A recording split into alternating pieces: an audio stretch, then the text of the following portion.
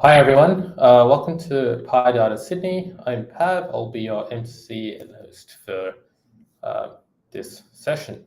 Today we've got an awesome speaker lined up and we'll get to them very soon. We've just got to go through a couple of things and we will be handing over to Jacky Wong from Relevance AI. So the event plan, what's to go with PyData? So our schedule is usually we run every second Thursday, every second month, which that gives us about 5 events per year. So we're in February, April, June, August, and October. We do have placeholder events in meetup.com, which you can see what the intended schedule looks like.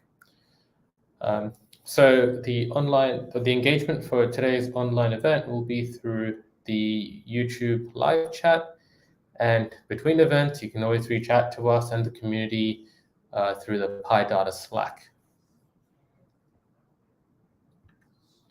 The code of conduct.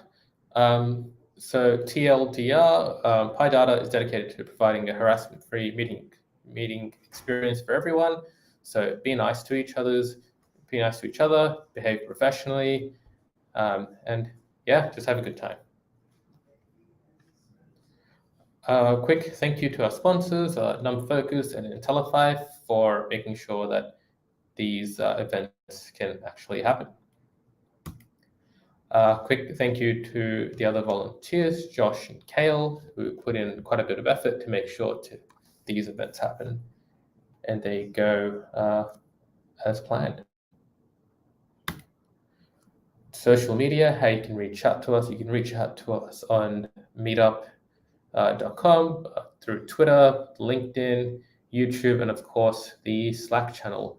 The invite link is in the meetup event, so feel free to just jump onto our Slack channel anytime you want and have a chat to us. That's the primary point of contact for the organizers. Cool. So how can you help to grow this community? So you can help PyData Sydney as a presenter, so you can give a talk. If you're interested in giving a talk, feel free to reach out on the Google Forms. You can jump on as a guest and you can share the events through your network. That would be awesome. Or you can jump on and help out as an organizer. So generally we need about 2 or 3 volunteers per event. You can help out by coordinating or mentoring speakers, promote the events on your socials, help out with the production, or even a host or MC like what I'm doing today. So now it's time for the presentation by Jacky from Relevance.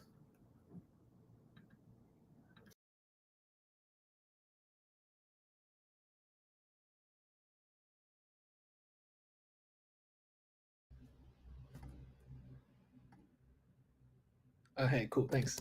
Hi everyone, welcome to this week's PyData. So I wanted to go over essentially clustering unstructured data, what that means, and and how Relevance AI as a team sort of tries to help productionize the clustering of unstructured data for businesses and organizations across a variety of industries. So as a quick introduction, I'll quickly introduce myself, and I'll also introduce what clustering unstructured data means for different people, and then I'll go over a bit about clustering, and then I'll dive into some of the theory of what it means to actually build an application for clustering, and then dive into the practical applications. And what this means is how we actually conceptualize, how we actually productionize and use a lot of the theory that we've discussed, and go into a few live data examples.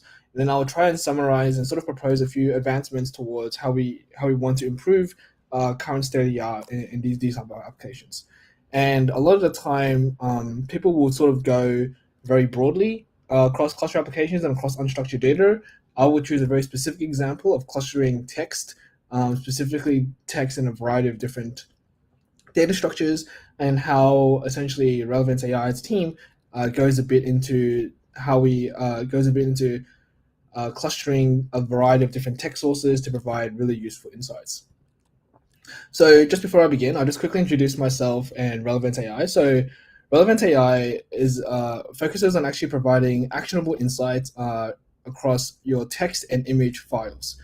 And what this means is that we go all the way from PDFs, Slack channels, messages, CSVs of text files, and we aim to get really measurable insights. So, for example, on the image on the right here, you can see how for e-commerce clusters, you can identify which are your highest performing images, which are your highest performing set of clusters, and you can also focus on how you can actually translate how these clusters appear, so you can start focusing on your business and sort of your applications that are meaningful for you.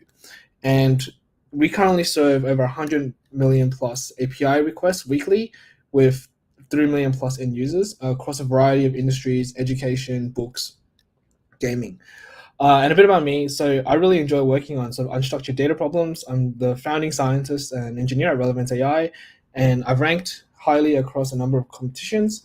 And on my mornings, before I get to work, I really enjoy good coffee and almond croissant. So definitely feel free to reach out to me and yeah, organize a coffee and almond croissant meetup if that's something you're into as well. So before I begin, I wanted to quickly go over what the current state of data is today. And really, before a long time ago, you would sort of have really prominent databases coming up, and when data is perfectly aligned and sort of is perfectly structured, that's called structured data, and that commonly exists in the form of really nice SQL tables, really nice CSVs, and you sort of have a certain set of inputs that are predefined for you to actually submit for your structured data. And on the other end of the spectrum, you sort of have unstructured data. So you have CSVs, you sort of have PDFs, you have images, you have audio files, and all of these are really hard to capture because they can exist in such a large variety of forms.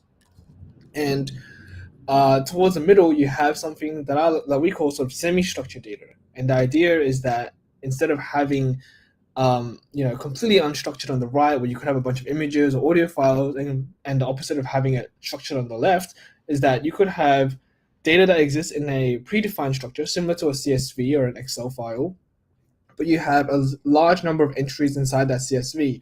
So in this particular example, you can see how on the first row you could have personal care is wanted, and at the very bottom row on the flip end, you could have just help me mate as a potential title for a job post.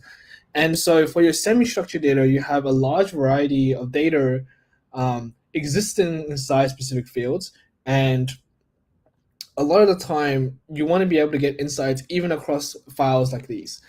And so how we approach clustering, how you approach sort of processing a lot of this type of data is something that I'll discuss today, and we'll go a bit more into how we do that later on. And the common trend today is that, and I'm sure this statement has been repeated to depth, but a lot of the time, more and more, the presence of unstructured data is rising. You're sort of having more audio files, more text files, more images in Meter more and more.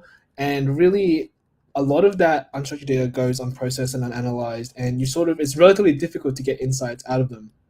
So we'll go over a few examples of how that's done today.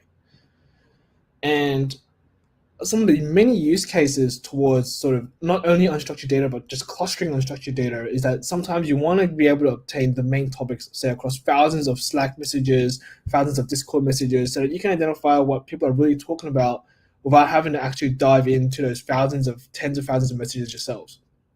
You might also be interested in, say, clustering books and recommending those books towards different users, or you might really just want to save hundreds of thousands of videos, and by identifying those really key themes. And so a lot of these applications are sort of have a similar process of turning data into clusters, but the general data type is relatively different across all of these. And so how can you sort of develop a process that allows you to go from data type to insightful cluster application is something that we'll discuss today. And so a lot of these different use cases actually rely on a significant amount of open source and hosted infrastructure. And one thing I did want to point out is that a lot of the time you might go from all the way from sort of different Slack messages to then using your different NLP AI models across an entire ecosystem, and then being able to translate those towards different types of databases and storing them in different databases, and you have monitoring in different databases. And then after that, you then want to develop and go into sort of insights and different applications. But regardless, all of this can sort of be condensed into sort of a much more simplified process, and we'll go over an example application in today's, which is sort of topic modeling. And topic modeling we'll discuss and quickly go over a definition of, but it is the idea that you go all the way from sort of different data types. In this particular case, we'll go into documents, and we'll go, how do you go from documents to sort of discovering topics and then discovering insights. And a lot of the time, you want to be able to look at a variety of different documents, and you don't really necessarily want to dive into every single word. You sort of want to be able to identify what are your key main themes. And themes and topics I'll use interchangeably here, but out of these key topics, how do you go into really actionable insights? So for example, in this particular case, we might discover that the legal team is underperforming, and that's quite a high level insight that someone can take away and immediately understand, okay, well, how do you improve the performance of the legal team? Is that something that's actionable on our side? Is that something that we have to consider? How do we sort of go about doing that? And that allows users or business people to then figure out, okay, well, how do you then decide what course of action to take? And so what's really important is sort of figuring out what are the sort of key takeaways that you can get from a collection of documents. And that is the sort of like ideal state that we want to get to. However, topic modeling is very, very difficult to get to that stage. In fact, often we'll get to a rather simplistic state, and this is sort of the current state of the art across a number of different applications. This is an example that I actually pulled up from a very popular topic modeling package, is that you will sort of get a variety of words that you would then have to translate to someone in terms of useful. And so, for example, topic modeling is not really getting that most popular list of keywords and saying and assigning an arbitrary number to assign as an importance of that topic. So, for example, in 100 PDFs, you might realize, okay, well, the word Windows is coming up a lot, and then so is Drive. So is that about computers? And then you go into DOS. Is that now about sort of, what makes a build a computer? And so the idea of what makes a clear topic is actually very, very difficult because it's not immediately human interpretable, which is really sort of what people actually need out of these insights. But nevertheless, we really need to be focusing on not so much getting the most popular keywords, but rather how can you then discover the topics that are relevant and then going into those insights. And so diving into that topic modeling process is sort of what we're doing today, and how different approaches can lead to sort of different insights. And so what I actually wanted to go over was what we call vector-based approach to clustering unstructured data. And a vector-based approach is a very modern approach based on representation learning that I'll go into, but the outcome of which is significantly different to some of the topic modeling outputs that we get similar to these. And so, for example, you might get an input that is a whole bunch of PDFs, and the output would be sort of similar to, say, identifying roof problems. This is an example on the right of the different kind of dashboards that you would get that you might give to users that productionize when you sort of want to productionize your clusters. And the vector-based approach for topic modeling is a lot different to sort of a simple LDA plug and play. So for example, I'll go into how that works here, and this is really looking at the flowchart on the left. You go from data to vectorizing, essentially turning your text, passing it through a natural language processing model and turning it into a vector, vectorizing it so that it becomes a representation, indexing it into your database, clustering on top of your vectors, and then productionizing to produce sort of topic models. And in this particular use case, we would often use what we call sort of NLP models or CV models to go from text to vectors or image to vectors. And these are sort of very high level explanations of how vectors are made, but these vectors are essentially representations of what a particular entity is. And this is often done via the form of a neural network. So often you will have an input, you will have essentially layers inside of that neural network, and you will then output a certain prediction, or you will output a certain classification.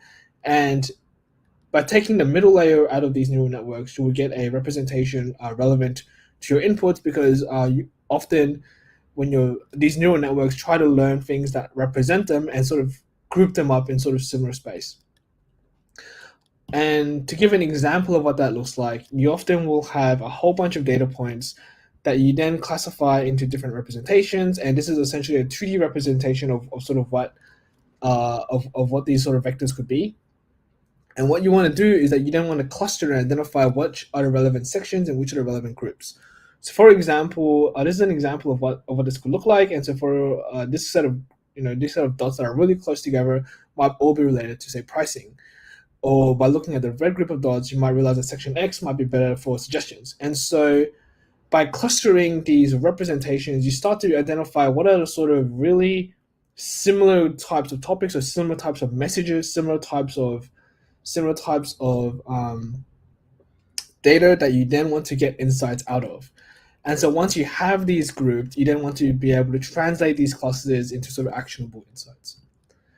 And this is an example of what this looks like in sort of 3D space on a project that was built on a whole bunch of Van Gogh drawings. And so in this particular use case, by sort of representing each Van Gogh drawing as a vector and projecting it out into 3D space, you can sort of see how similar ones are grouped together. So all of the black and white ones are grouped together, and the different colored ones are grouped together on the bottom left.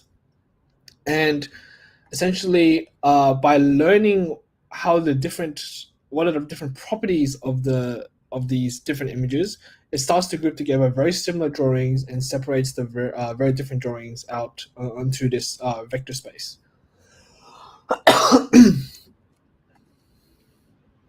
So yeah, so just finishing off this, playing this one more time, and then we'll move on to the next slide. Cool. And to give a quick summary, actually, of a comparison of those outputs and sort of why vector-based modeling is so powerful, on the left here you can see how there's different LDA, how the example output of LDA. And LDA is essentially linear discriminant analysis, and the output of LDA is that you get a summation of words that are sort of have different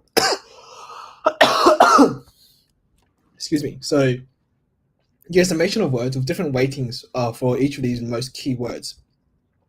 And so, for example, topic 1 could be about burgers and fries and fast food. But really, as you're sort of going deeper and deeper into these words, the more keywords there are, the more confusing it gets. And this is very, very hard to fine tune. And for example, when you go to the second one, you have hot meat, delicious Italian, and you're no longer really, really certain what the LDA topic here means. And so for someone who has to make a judgment on what topic this is, this can be very, very complex. Not only is it complex, but it's fairly difficult to fine tune, and actually has a pretty difficult cold start issue, as you will then have to sort of translate these into new topics once you add more text. Now, when you sort of compare this old approach, you say vector-based approach towards topic modeling, you will then start to notice, okay, well, what if you represented each of these into a 2D space, clustered them, and then identified key topics? And so the interpretation and how you choose to interpret these clusters can vary depending on what you want. So for example, you could choose the most frequent words in the cluster. You can choose a centroid representation. You could use an AI to then explain what the topic means for you. And not only that, but the flexibility of how you do your vectors, how you do your learned representations is a lot more, is a lot higher. So you could essentially, still use say BERT representations, or you could use your own algorithms, your word-to-vec algorithms, that then learn and be trained off your representations. And not only that, but how you choose to cluster together your data sets is something that's actually worth noting as well. So for example, whether you have your own clustering algorithm, your k-means algorithm, your HDB scan algorithm, these are all relatively flexible. And so for the end user who wants to be able to get really good topics out of their data, it becomes increasingly important to have a really flexible and experimental approach towards actually solving this. And one thing that I actually wanted to stress was that the experimental nature of a vector-based approach is actually really appealing, because not only do you want to fine-tune not only the representations, but you also want to be able to fine-tune these clusters and the topics themselves. And I'll go into a bit more about how that fine-tune process is actually going to change as we sort of explore more and more options. And when you're looking at going from theory to production, there is an entire process to consider here that actually really can take a long time. So you really want to make sure that for someone who's working on these, you're actually ensuring that you're satisfying the 80-20 rule as much as possible. And so for each of these stages, you're considering PDF data extraction, processing, indexing, vectorizing, clustering, and productionizing in sort of a lot of different questions across each of these steps. And I'll go into detail of each of these ones because they're actually really interesting to talk about. And a lot of them have very different nuances that may not be immediately obvious.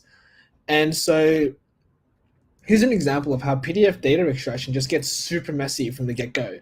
So on the left here, you can see an example of how this PDF page starts off as a relatively simplistic PDF page, but immediately you then have number indentation. So how you treat and process this number indentation, whether you consider it as a different sense of text or you want to be able to combine it with your previous text, is sort of up to you. And as you sort of dive deeper, you then go, there's another indentation. So how does that determine, how do you determine which this set of text belongs to? You could sort of process this via the XY bounding boxes, and sort of by having some sort of numerical interpretation of X, then you could sort of treat this particular set of text as a child of your parent text. And so there's a number of different ways that you could process this data extraction, but it gets messy really quickly, and you want to make sure that as you're sort of working through your PDF data extraction, you're satisfying this 80-20 rule.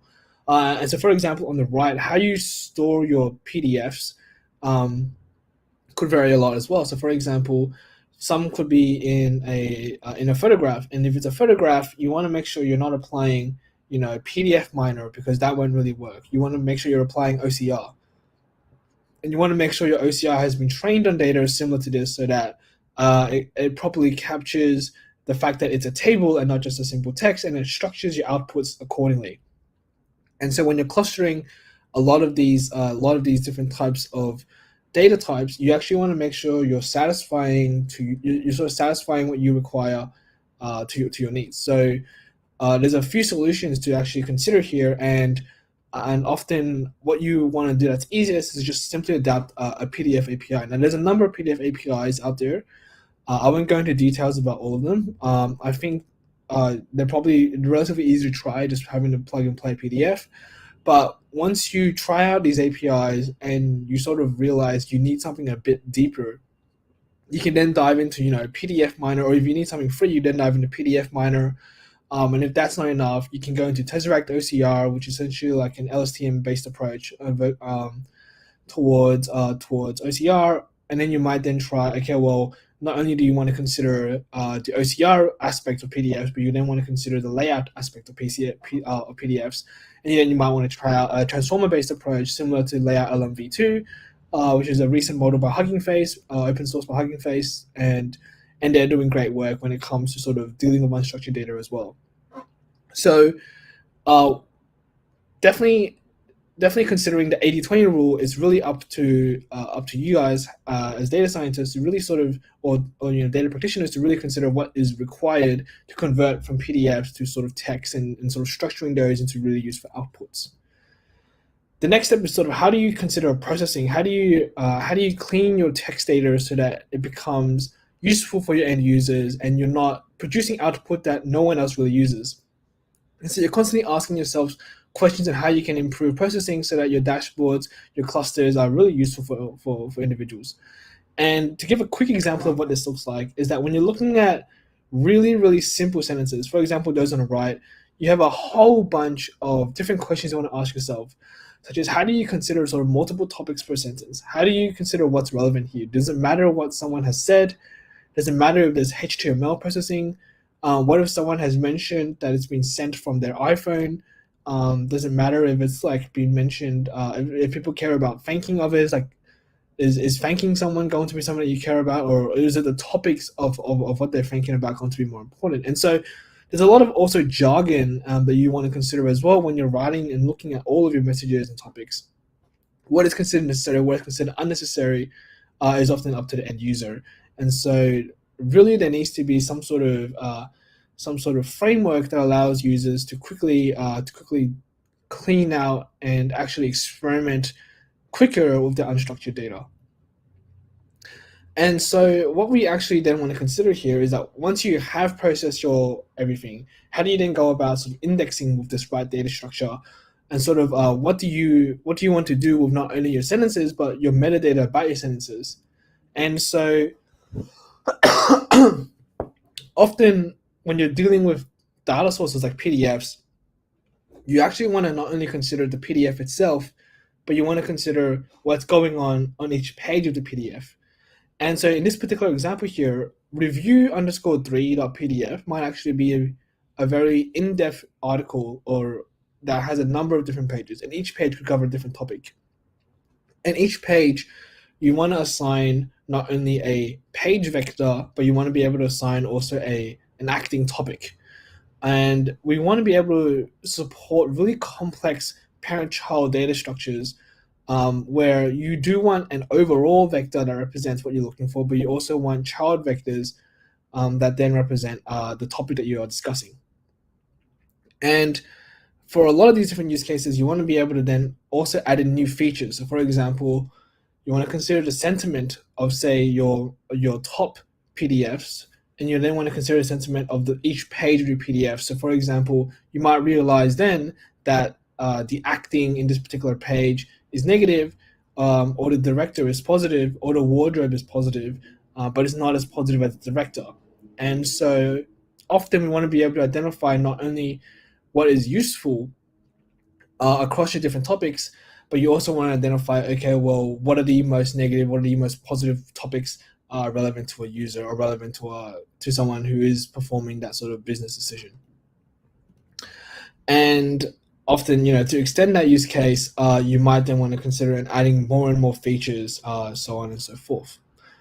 And once you have indexed, you actually not only want to consider how you're structuring your data, but also which model you're vectorizing and how you're using that model to actually vectorize. And more, there are possibly 2 or 3 models released every month that are quite novel these days. And how you choose which model to use, how you then vectorize using that model is completely up to you, and how you fine-tune using that model as well is sort of constantly sort of being updated. And so even looking at a sort of BERT model, there is a sort of a graph here representing which layer should you choose to vectorize with. And so in the beginning, you might have a bunch of sort of different points scattered across, but over each different layer, you might realize the model is actually learning the right representation. And so depending on which layer you choose to use, might hugely affect your end results. And not only this, but sort of each model that you want to try out, each layer that you want to try out, which pooling method you want to try out is sort of compounds exponentially the number of experiments that you want to try. And so this decision has to be made by a data practitioner or data scientist that has you can sort of develop a good intuition of which one to use based on best practice, but it's still worth experimenting, especially when your models have been trained across a number of sort of different data sources. And once you have vectorized, once you have chosen the accurate representation that you think is most worth it for you as a practitioner, you then have to consider, okay, well, what do you want to consider with clustering? And so clustering is something that seems relatively straightforward, but I'll go into sort of why that can be really difficult for data practitioners, and sort of what we try to do to sort of go about combating some of these difficulties. And so if you're someone who has worked with this workflow, you might go from data to cleaning data to then vectorizing and clustering. But if you realize that your clusters aren't great, that you might go back to cleaning your data and then vectorizing clustering together. And a lot of times people go, "Oh, why don't you just use an elbow k-means?" But really, the elbow k-means isn't that great when it comes to sort of actionable insight or determining great inputs. It's merely a representation of what is like the maximization of like the sum of squared, but really doesn't actually reflect whether your clusters are actually useful or interpretable. So once you do realize that you have really great insight, often it's not only left to the practitioner, but it's actually combined with the judgment of sort of data experts who then actually want to go back and go, okay, well, your clusters aren't actually reasonable, so I can't make insight out of them. And so the user then, or the data practitioner then has to go, okay, well, if it's not great according to those stakeholders, I don't have to rerun my entire workflow, and so you would have to then reconfigure your entire workflow so that you are cleaning data, giving insight as soon as possible, and then let them judge just to clean and sort of revectorize and recluster accordingly. And this is an example of sort of where if you're not a domain expert and or if you're not someone who's incredibly familiar with books, it can be relatively difficult to judge what is the right book or what is the right amount of grouping for a book. So for example here, to a domain expert, they might think, okay, The Lion, Witch and the Wardrobe, Hobbit, Magician's Nephew, these can be great books to recommend because they're all about science fiction, for example, or fiction, and the ones in the next cluster are all about children's books. But really, it can be difficult because you might actually really care about the fact that these books are more about lions than they are about fantasy. And so often it is really, really difficult unless you're a domain expert to sort of make these judgment calls. So you would then have to change, how you're actually representing that book, and perhaps emphasizing more on the word lion rather than the actual sort of context of the books themselves. And so choosing a representation that's not fantasy related, that sort of ignores those concepts, is something that then a data practitioner then has to decide how to then do. So these are sort of example clusters that don't necessarily make the most sense unless you're sort of someone with a lot of domain expertise. And so immediately the workflow becomes a lot more complicated. You're going from data to insight, but you then have decisions and ideas. So for example, you might realize, what if you only extracted, say, the animals part of the text, or like another part of the text? Or what if you fine-tuned the model and vectorized it, or tried a different clustering algorithm? And so immediately there are a lot of different ideas that can come up when you're trying these approaches that aren't immediately obvious. And so this approach becomes important to then fine-tune and improve upon over time. Another thing I wanted to discuss as well was sort of if you have really, really useful clusters, you might actually want to go into subclustering. And subclustering is the idea that you have a cluster, but you might actually have clusters within clusters that are really useful. And so in this example, gave the example of electrical problems, but you might actually have specific issues with air conditioning or heating or wiring. And a lot of the time, users want to be able to go, and this is a particular case of unstructured data, where data can be very sort of long-tailed. And so you want to be able to identify within those clusters which are the different types of clusters in those clusters that you can then provide as insight to those domain experts. And so the final step is sort of productionizing and dashboarding. And I'll go into sort of quickly the current stack when it comes to how you would present a lot of these different solutions. And currently, the data science stack consists of very, very large variety of tools. So you have streamlined applications like Streamlit that go from Python to sort of an app straight away, or Gradio. But then you also have Jupyter notebooks for presentation and CSVs, and sort of hybrid solutions such as Voila that try to build an application of Jupyter notebooks, and Matplotlib graphs, and obviously Plotly interactive graphs. And often your results will end up looking something as a mix, as a sort of hybrid between these two. You sort of have either tons of lines of code or similar plots, or that make it sort of somewhat hard to sort of compare and analyze. Or you could have a Jupyter notebook that looks a lot on the right, where you have go through a bunch of graphs, you have a bunch of code, and a bunch of insights and titles that you want to present to other people. And so usually the dashboards look very, very different. And but really, we found that from our experience that when you're building these types of dashboards, the ones that are the most useful are the ones with a lot more configurability that people can drill into if required.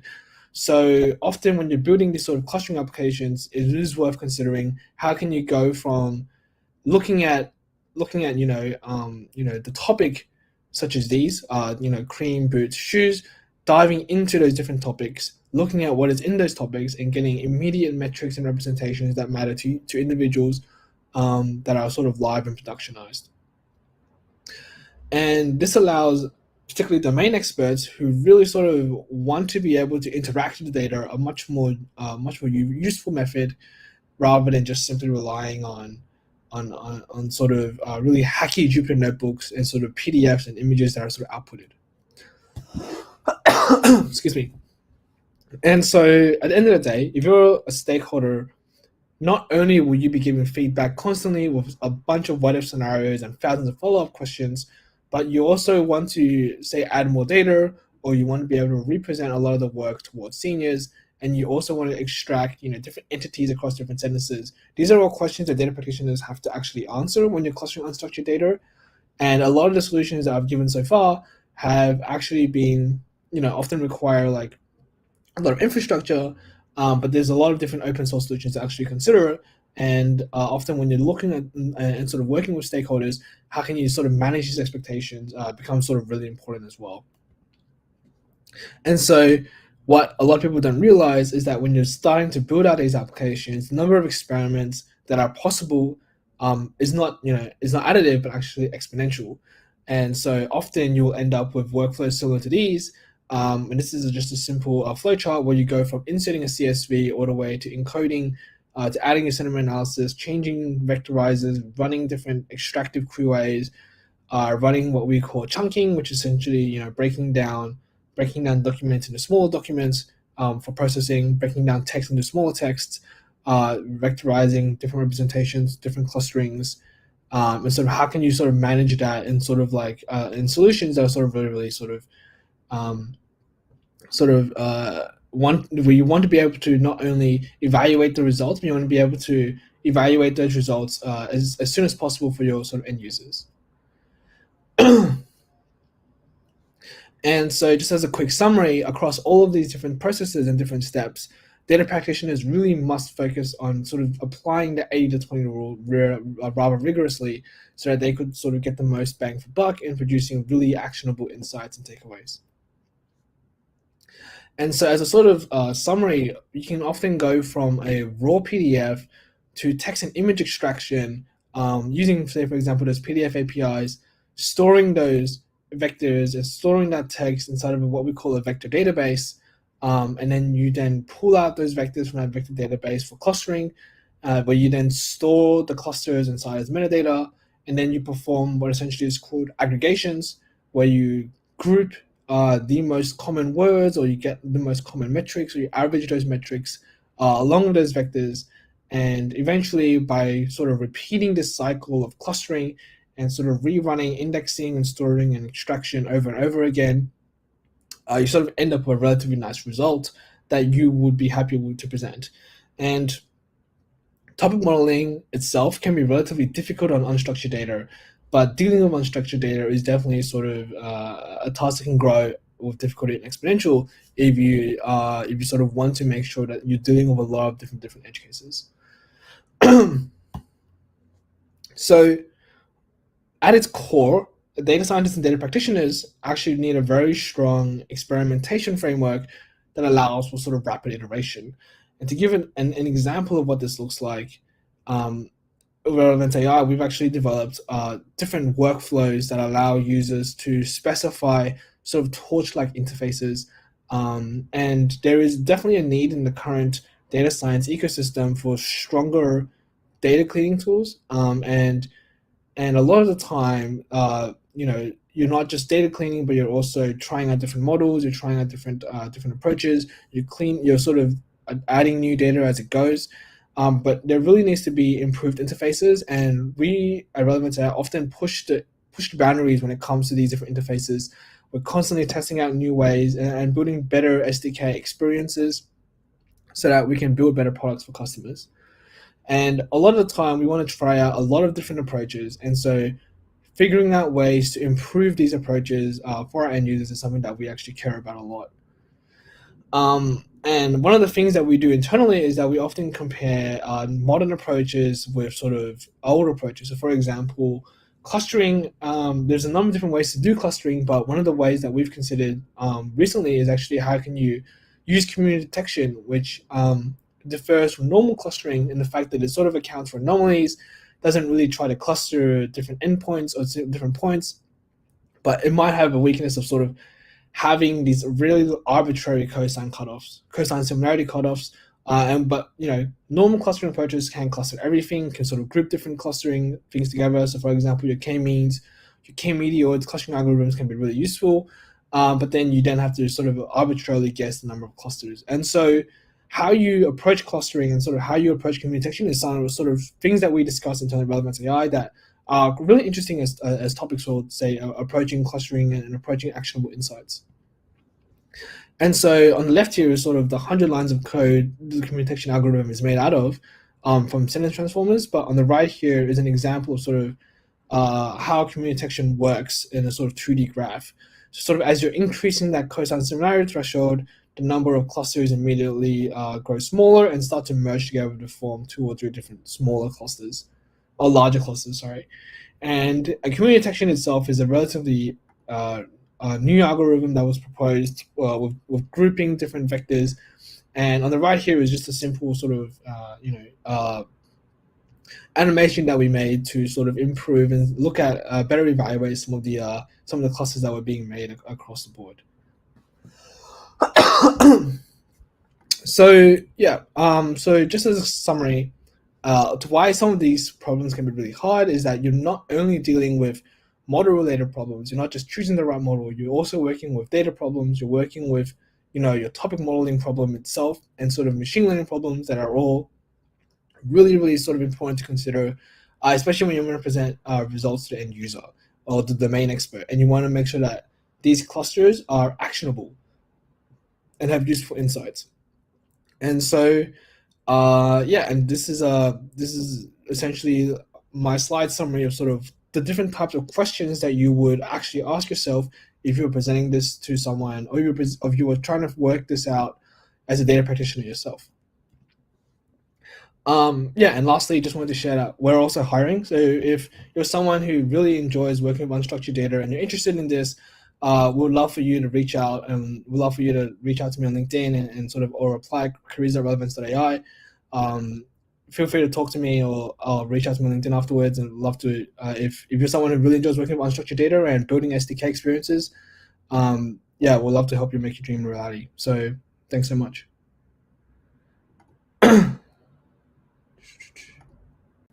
Cool. Thanks so much, Jacky. Awesome presentation.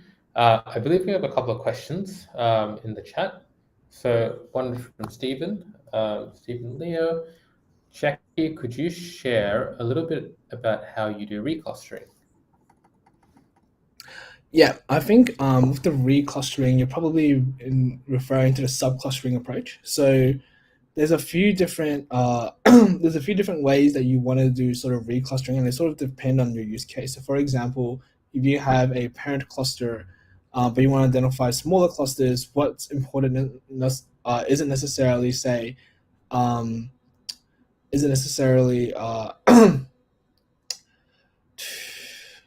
I lost my train of thought. But essentially, you wouldn't really need you just need a way to filter down to sort of the documents that belong in the cluster, and then reapplying your clustering algorithm. And then the problems then come up in sort of how you store your clusters.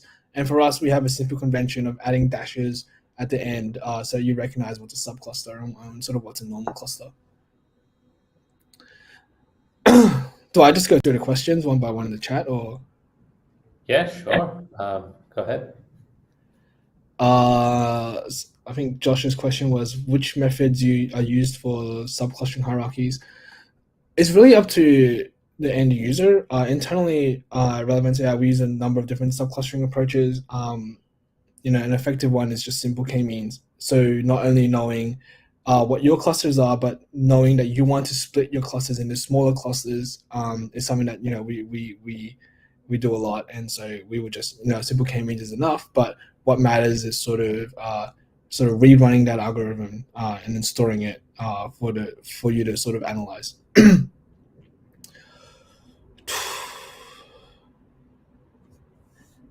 And then, how do you do community detection on vectors? I thought that was on network graphics. Yeah, so community detection is definitely rooted in network graphs, but the core idea of community detection is really just the idea of just detecting communities. And so you could sort of apply a similar concept to vectors by imagining that each vector is connected, is considered a connection to another vector if it has, say, a cosine similarity threshold of 0.75, and by sort of detecting these communities and sort of identifying which communities are above that threshold, you can sort of identify those communities itself. But yeah, it's definitely got a root in network graphs. I recommend sort of looking at the sentence transformers implementation and algorithm if that's something you're interested in.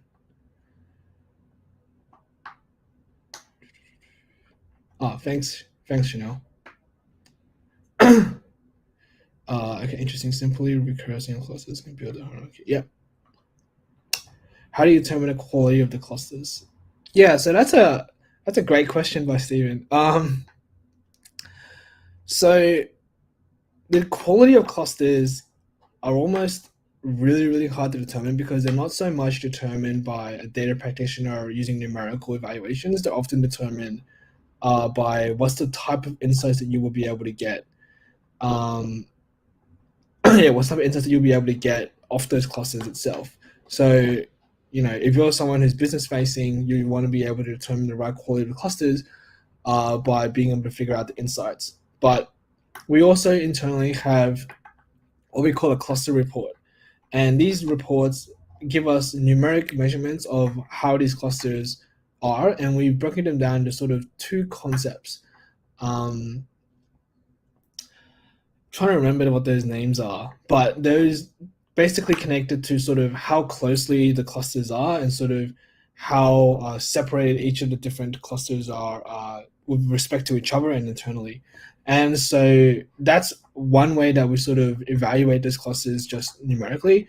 But often they are sort of extrinsically evaluated rather than intrinsically evaluated in preference of sort of actioning on business insight. So figuring out a good balance between those two has been quite the challenge.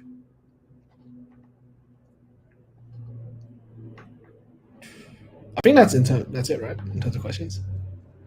Yeah, I think that's about it. Yeah. So thanks so much, Jacky. Thanks for sharing your expertise with the community. And if anyone wants to get in touch with Jacky, we can reach him out on LinkedIn. Thanks so much.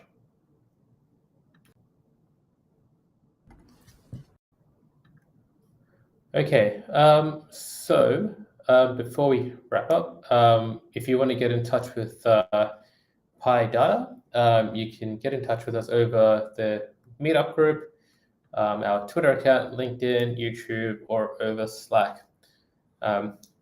And yeah, thank you for tuning in. Appreciate it. Have a good one.